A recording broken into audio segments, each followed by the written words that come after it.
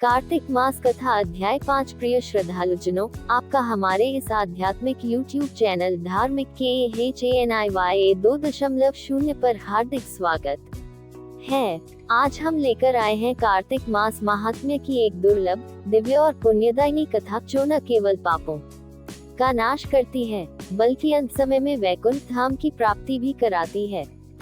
इस कथा का श्रवण केवल ज्ञान ही नहीं, बल्कि मोक्ष का भी द्वार खोलता है।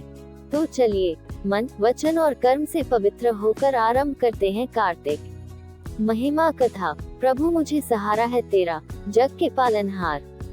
कार्तिक मास महात्म की कथा करुण विस्तार। राजा पृथु बोले, हे नारद जी, आपने कार्तिक मास में स्नान का फल कहा, अब अन्य मासों में विधि पूर्वक स्नान करने की विधि, नियम और उद्यापन की विधि भी बतलाइए। देवर्षि नारद ने कहा, हे राजन, आप भगवान विष्णु के अंश से उत्पन्न हुए हैं, अतः ये बात आपको ज्ञात ही है, फिर भी आपको यथाचित विधान बतलाता हूँ। आश्विन माह में शुक्ल पक्ष की एकादशी से कार्तिक के व्रत करने चाहिए। ब्रह्म मुहूर्त में उठकर जल का पात्र लेकर गांव से बाहर पूर्व अथवा उत्तर दिशा में जाना चाहिए। उसके बाद जो मनुष्य मुख शुद्धि नहीं करता, उसे किसी भी मंत्र का फल प्राप्त नहीं होता है। अतः दांत और जीभ को पूर्ण रूप से शुद्ध करना चाहिए और निम्नलिखित मंत्र का उच्चारण करते हुए दातुन तोड़नी चाहिए। हे वनस्पति, आप मुझे आयु, कीर्ति, तेज, प्रज्ञा, पशु, संपत्ति, महाज्ञान, बुद्धि और विद्या प्रदान करो। इस प्रकार उच्चारण करके वृक्ष से 12 अंगुल की दातुन ले। दूध वाले वृक्षों से दातुन नहीं लेनी चाहिए। इसी प्रकार कपास, कांटेदार वृक्ष तथा जले हुए वृक्ष से भी दातुन लेना मना है। जिससे उत्तम गंध आती हो और जिसकी टहनी कोमल हो, ही वृक्ष से दंतावन ग्रहण करना चाहिए। प्रतिपदा, अमावस्या, नवमी, छठी, रविवार को, चंद्र तथा सूर्य ग्रहण में दातुन नहीं करनी चाहिए। तत्पश्चात भली भांति स्नान करके फूल माला, चंदन और पान आदि पूजा की सामग्री लेकर प्रसन्नचित व भक्ति पूर्वक शिवालय में जाकर सभी देवी देवताओं की अर्घ्य, आचमनीय आदि वस्तुओं से पृथक पृथक पूजा करके प्रार्थना एवं प्रणाम करना चाहिए। फिर भक्तों के स्वर में स्वर मिलाकर श्रीहरि का कीर्तन करना चाहिए।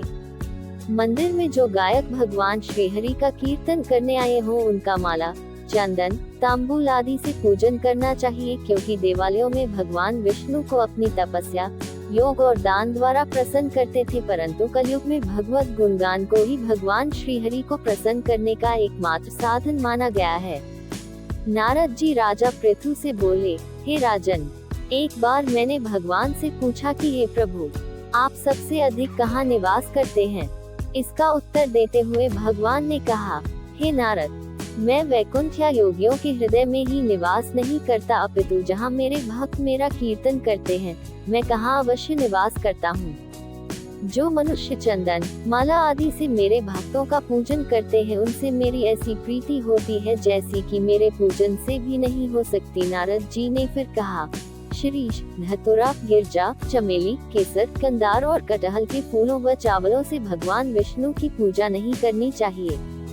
अड़हल, कंद, गिरीश, जूही, मालती और केवड़ा के पुष्पों से भगवान शंकर की पूजा नहीं करनी चाहिए।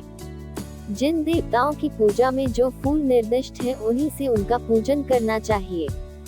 पूजन समाप्ति के बाद भगवान से क्षमा प्रार्थना करनी चाहिए, यथा, हे सुरेश्वर, हे देव, न मैं मंत्र जानता हूँ, न क्रिया, मैं भक्ति से भी हीन हूँ, मैंने जो कुछ भी आपकी पूजा की है उसे पूरा करें। ऐसी प्रार्थना करने के पश्चात साष्टांग प्रणाम करके भगवत कीर्तन करना चाहिए। श्रीहरि की कथा सुननी चाहिए और प्रसाद ग्रहण करना चाहिए। जो मनुष्य उपरोक्त विधि के अनुसार कार्तिक व्रत का अनुष्ठान करते हैं, वह जगत के सभी सुखों को भोगते हुए अंत में मुक्ति को प्राप्त करते हैं। आपको ये कार्तिक मास की पुण्य कथा ज्ञानवर्धक और हृदय स्पर्शी लगी हो, तो इस दिव्य ज्ञान को औरों तक पहुंचाना भी आपका धर्म है।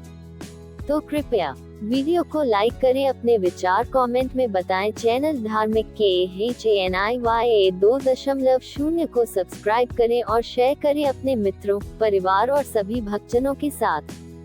हर दिन कुछ नया जानने और पुण्य अर्जित करने के लिए जुड़े रहिए हमारे साथ। आपका दिन मंगलमय हो। कार्तिक मास आपके जीवन में शुभता, भक्ति और मोक्ष का मार्ग प्रशस्त करे। हरि ओम तत्सत।